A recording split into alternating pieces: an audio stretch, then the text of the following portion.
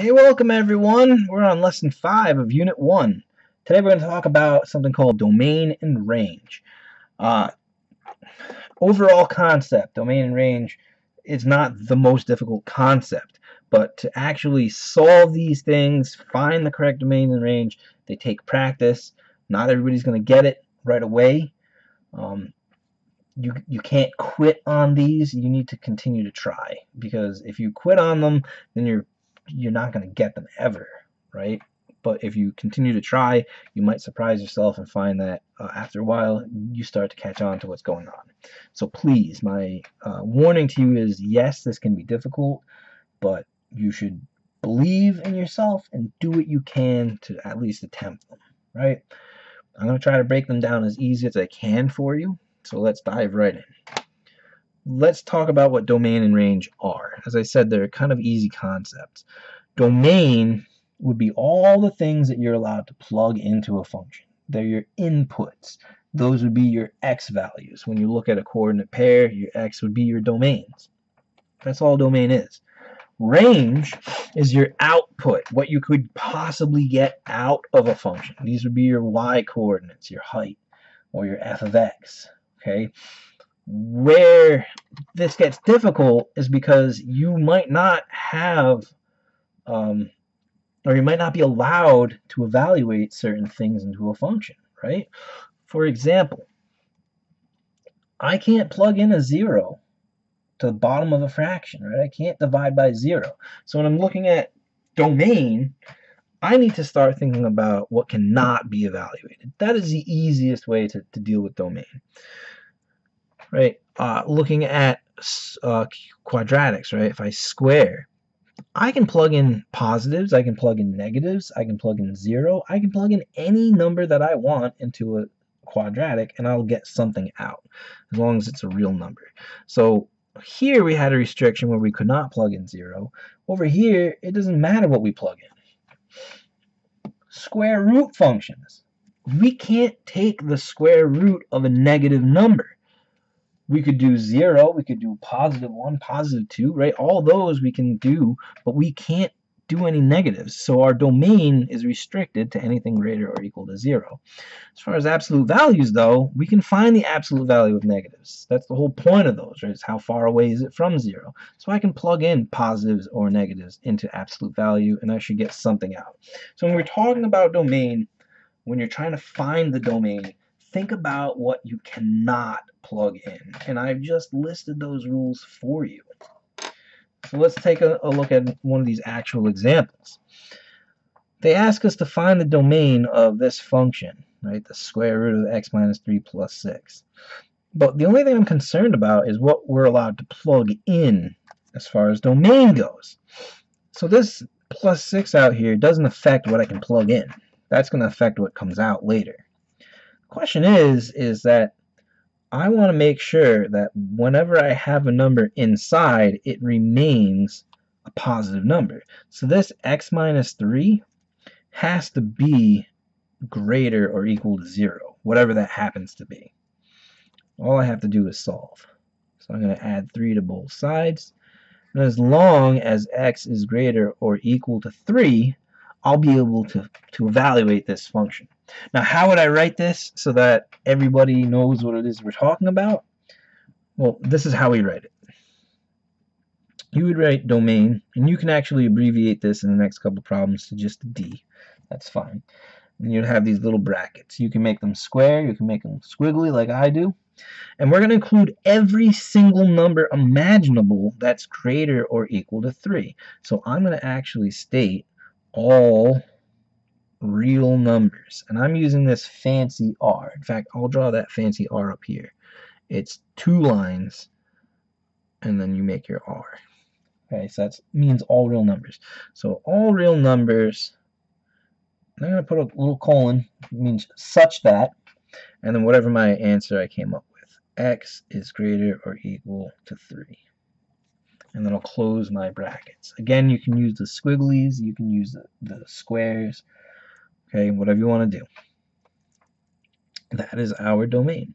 So I can plug in any number I want as long as it's 3 or greater into this, and it will work.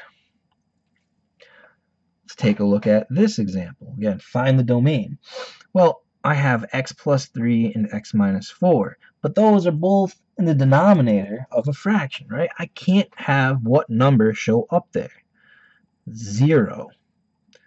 I can't have x plus 3 equaling 0, because if I do, this becomes a 0 denominator and I can't evaluate. Well, what number would give me 0 there? I just have to solve. And by the way, I put a little slash through just to remind myself when I write it. I want to make sure that I write it as not equal to negative 3. I'm going to do the same thing for negative 4, right? X minus 4 cannot equal 0. And I'll solve to figure out what number not to use. So as long as I know that those two are the only things that I cannot use, I can use everything else. So when I write my domain, I'm abbreviating, it's just D this time, I'm going to use all real numbers again, such that we don't use negative 3 and 4. So I can use every number out there except for negative 3 and 4. The way it's written, you can say it, interpret it so many different ways, but as long as, not interpret, but you could say it as many different ways as long as it's interpreted the correct way. Let's take a look at a couple other ones. Here, we have a quadratic. Well, if you remember, there are no restrictions as to what we can plug in and square. So if I'm only looking for the domain and I'm working with a quadratic, I don't have any restrictions on the domain. So I'm just going to say the domain is all real numbers. There's no restrictions. I don't have to say such that anything. I can plug in whatever I want. Same thing happens here for our absolute value functions, right? I see an absolute value. It doesn't matter what I'm adding or multiplying. The question is, what can I plug in here? I can plug in any numbers I want, positive or negative. So our domain for absolutes is still all real numbers.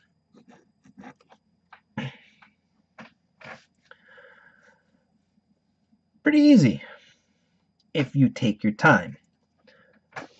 Keep track of these, right? Maybe write them down and use them as a reference. Okay, you're going to try a couple right down here. There are 3 for you to try. Pause the video and resume it when you're ready to check. All right. If you used any of these past problems as a reference, or the things that I pointed out up above that you can't see, you know that for this first problem, you want to take each piece and make it so it's not equal to 0. I'm going to set that up first. And then I'm going to solve each of those, right? So here I would have to add 5 to both sides. So I cannot use 5 here. I'm going to subtract 6 on this one. So I cannot use negative 6. So when I write the domain, right, we can abbreviate domain. We would want to say all reals, but, or such that x cannot equal negative 6 or positive 5. I need to make sure that I list this all reals because I want to make sure that I'm telling you I can use anything I want other than these two. Okay, so we got to make sure that we're specific about that. Second problem, hey, absolute values. There are no restrictions on the domain. I don't have any work to show here. I'm just going to write all real. Our third problem, we're working with the square root. And if I remember from my tricks up above, which are listed up there, you can't see it, you have it written hopefully. I know that whatever number is here has to be greater or equal to 0 in order for us to evaluate. So we'll just solve by subtracting 5. So our domain can be any real or all real numbers as long as they're greater or equal to negative 5. Okay, not super difficult, but it takes some time. You need to have these 4 things that I pointed out ingrained. They should make sense. You should know that you can't divide by 0. So when you see a fraction, that should be the first thing that goes off in your head.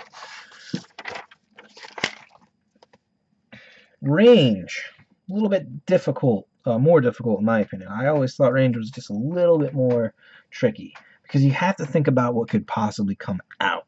And that's not always the easiest, okay? Let's take a look at some of these. If we have a fraction, and I have a number up here, right? Some number that I'm dividing into so many pieces. I can never cut that into, I know it says z, but this should say 0 out, right? I can't start with one cake and chop it up into 0 pieces, right? I can chop it up into tiny little grains of sand, but I'll never chop up a cake into 0 pieces. It can't happen. So when I think about what could come out of a fractional problem, I can't get 0 out of the fraction portion of a problem. If we think about squares, right? I know that if I have something being squared, I can't ever get a negative solution, right? If I do negative times negative, it always becomes positive. So I know I'm always going to get 0 or better, right? 0 or greater for x squared when I'm talking about the output. Square roots, again, I can't get negative numbers because I can't plug in negative numbers. So there's no way for me to find a negative root. There's no negative that would give us a positive answer here.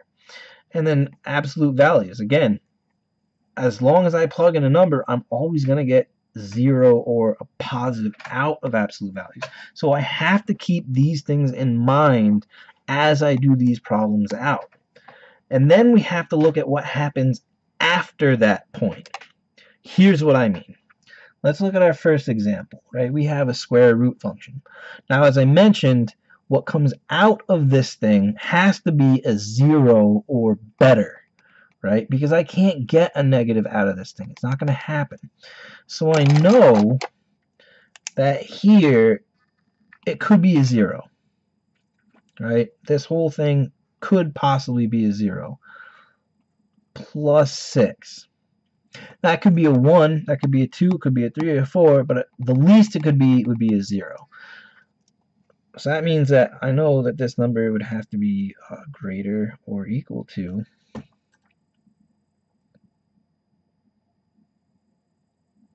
right? Because I'm going to get at the very least this number or larger. So when we talk about range, again, I could get any possible number out. So all reals still are possible here. And range, we talk about our y coordinate, right? F of x is really just y. So as long as our answers are greater or equal to 6. I will never get a number less than 6 out of this function, no matter how hard I try. Can't happen. Take a look at another example. Right? Again, we have this fraction. If I was talking about domain, I would wonder like what couldn't get plugged in here. I don't care about that though. We're talking about range. If I have a fraction, I know that this will never be a 0. Right? It can't happen. Which means that I'll never have the situation of 0 minus 2, which will mean that we'll never get negative 2 out of this function. Doesn't matter what we plug in, I will never get negative 2 because this fraction will never be 0. Right? So again, it's a little more difficult. You have to kind of think in a backwards way. What could I get out? What could I plug in? You could plug in all numbers. You could get all numbers out. But you know for certain that you'll never get negative 2.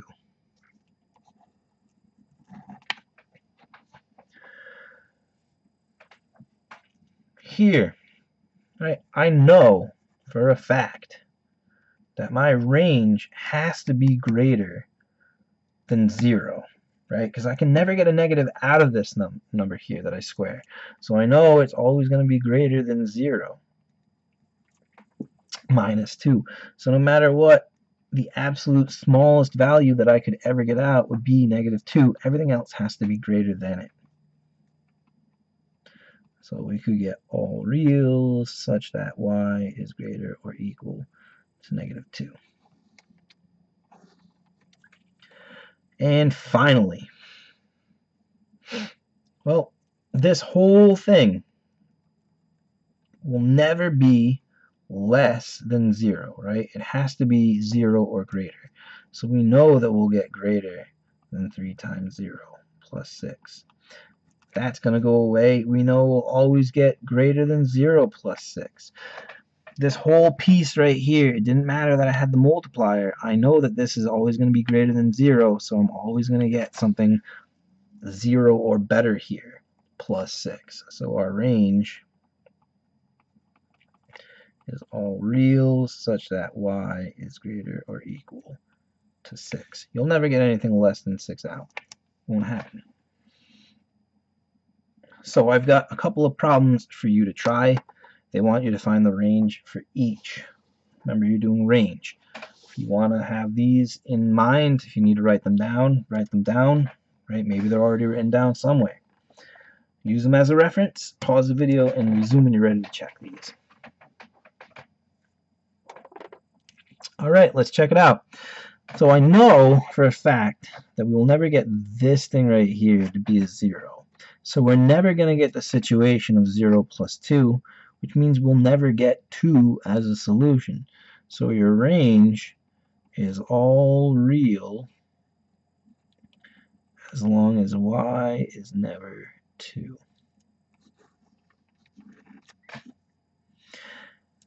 Here, I know that this will always be greater or equal to 0, and we would be adding 1 to it, so we would always get a number greater or equal to 1. We could never get anything less than that. Range, all real, such that y is greater or equal to 1. And last, this number right here, again, I can't ever get a 0 or anything less than 0. I could get numbers greater or equal to 0. And then if I were to subtract 2, possible smallest would be -2. So for our range, all real such that y is greater or equal to -2. Now, real quick, just a real quick side note.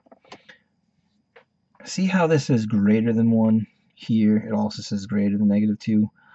If I had a negative outside to flip our function over, then this sign would also flip, because when we would do our algebra, that negative would still be considered here and would still be considered here. So we've got to keep track of that.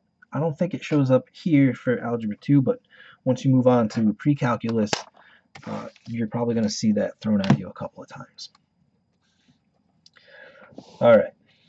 I think domain and range is a little bit easier to see graphically. We want to keep in mind a couple of things, right? Domain is your x input, your x axis goes left to right. So when you look at domain, you're looking left to right. Range is your output, it's your y, your f of x, right? Your heights. So when you look at range, you're looking at what comes out of it, up and down. Always go from left to right, and always go from bottom to top. It's just, that's the convention of how we write out our answers, so it makes sense for you to look at them that way. The other thing would be if you see arrows. If an arrow is pointing vertically, then it's going up. If it's pointing, or down. If it's pointing left or right, it's going left or right, right, horizontal. But if there's any bit of diagonal to that arrow at all, it's going in both directions. And that comes in pretty importantly when we look at some of these next examples. Okay, also keep in mind things like open and closed gaps in your function, right? Open circles versus closed circles. Let's look at a couple of these domain and range problems, right? We're going to do domain first, so we'll go left and right, and then we'll look at the range going up and down after. When I look at this arrow, it's pointing down, but it's also pointing left. So as it's going down, it's continuing to go left, which tells me, because it's an arrow, it's going that way forever. So I'm going towards -infinity forever.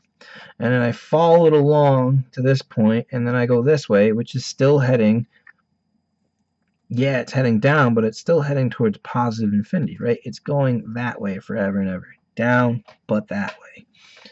So when I look at this, I'm including all the numbers from negative infinity to positive infinity, so my domain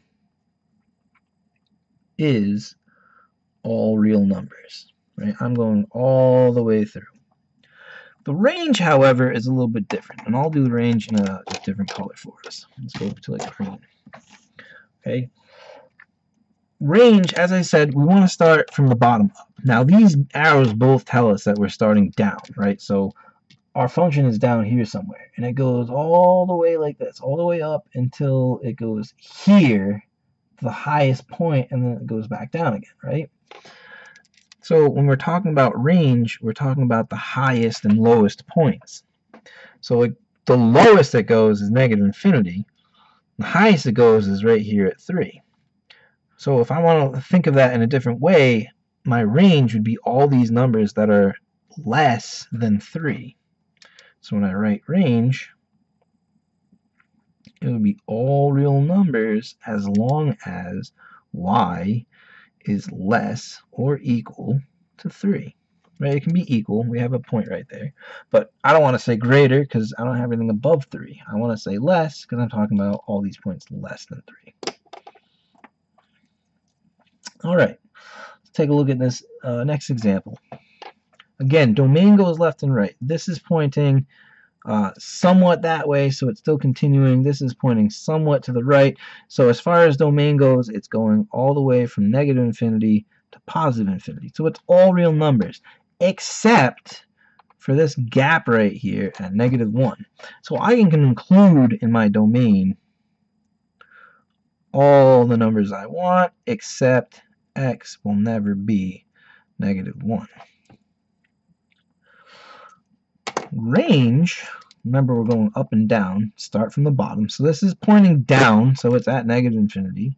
And then it's continuing to go up, so it goes up to positive infinity. So we have every number covered except this gap right here, which happens at positive 1. So our range,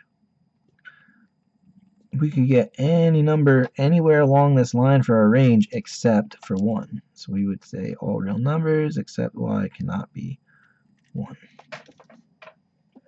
Starting to make sense, I hope. Look at some trickier looking ones. I think the more you work with the trickier ones, the easier they get, to be honest with you. Problem like this, right? Our domain. It's starting and stopping somewhere, right? It's starting right here at, looks like, negative 4. And it stops here at positive 2. I don't want to go anywhere outside of that, right? So when I talk about my domain, we still say all real. Why? Because we're including every possible number in between. All those little decimal and fractional numbers, right? But we're restricted. We want to be between negative 4, not included because it's open, and positive 2 included because it's closed. So that's how we'd write. Our domain goes from negative 4 to 2, not including negative 4, but including 2.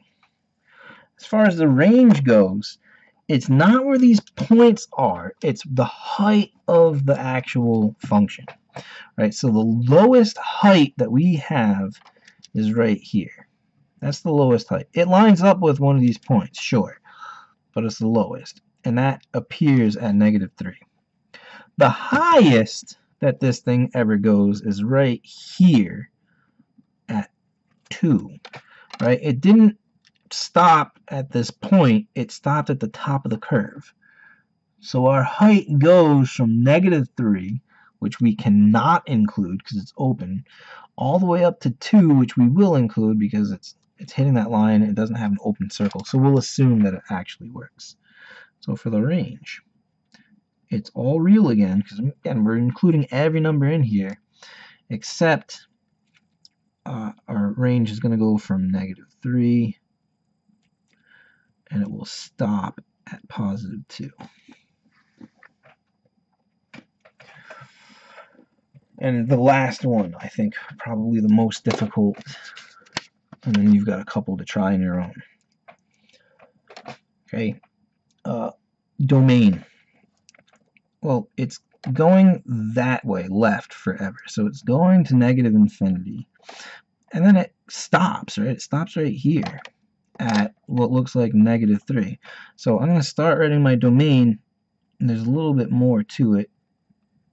But I do know that I need every number that's from -3 or smaller. So that would be everything less or equal to -3. But I also have some other stuff happening here. So I'm going to add a little comma. I also have part of my domain jumps from here at -1 all the way to 2. I'm not going to include those because they're open circles, but I'm going to say from -1 to 2. So from -1, not included, up to 2, not included. So now I've covered all of my domain. I included all these numbers less than -3, and then all the numbers between -1 and +2. So that covers my domain.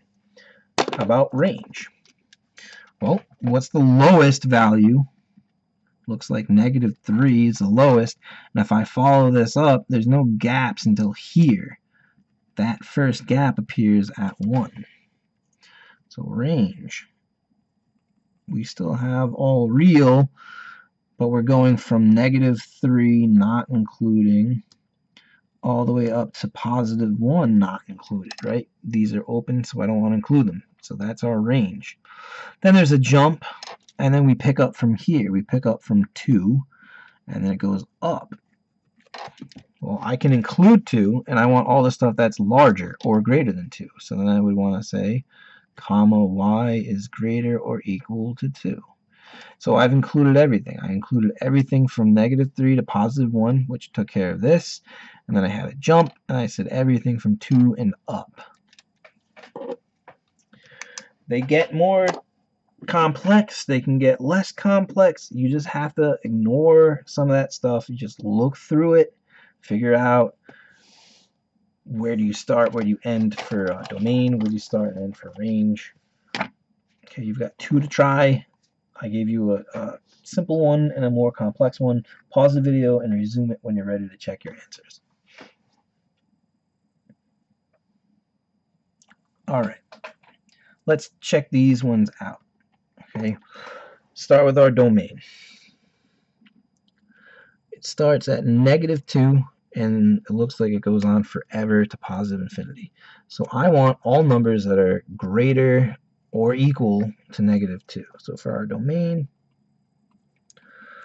all real such that x is greater or equal to -2. Not a bad one to start with for domain. Our range. Well, the lowest that this thing ever hits is right here at -2. It looks like it stops here, but this arrow shows it going up continuously to +infinity. So now our range is going from -2 upwards. All real numbers such that y is greater or equal to -2. And look at that. That's what we end up getting for our domain range there. Now we'll try this trickier one. Okay, hopefully you did okay with that. This one may be a little more difficult. Where does it start? It starts at -4 and ends at -2. I'm going to include both of those points in my domain because those are closed. So all real. It's going from -4 up to -2. Then there's a gap. And then it picks up at 1 and then ends at, looks like 4. I can't include 1, but I can include 4.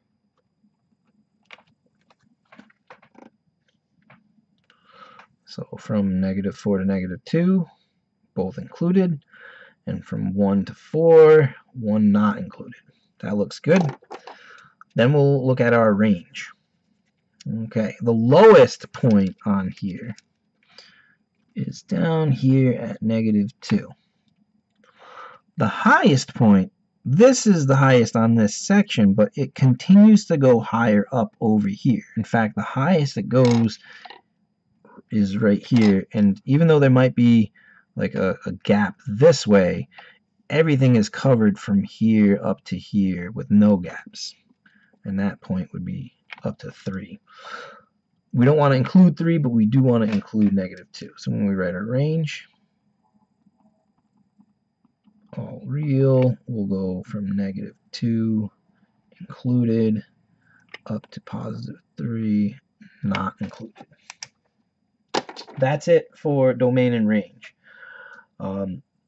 Again, there were some pretty basic things that I showed you at the beginning. If you have those few little clues memorized, it's going to make finding domain and range algebraically a lot easier. As far as graphically, draw on the graphs as much as you need. Look how much we drew and wrote all over this thing. Use colors to help you if you need to. I don't care. Whatever tool you need to use to be successful is how I want you to do these problems. Okay? Any questions you have, bring them with you to class, or write them on the comment section. I don't get to those too often, but I'll try. And just keep in mind, the more you practice these, the easier they get, especially when you do more complex ones, which they will get more difficult than that when you get further in your math careers. Anyways, I think that's about it for us. I'll see you on the next lesson.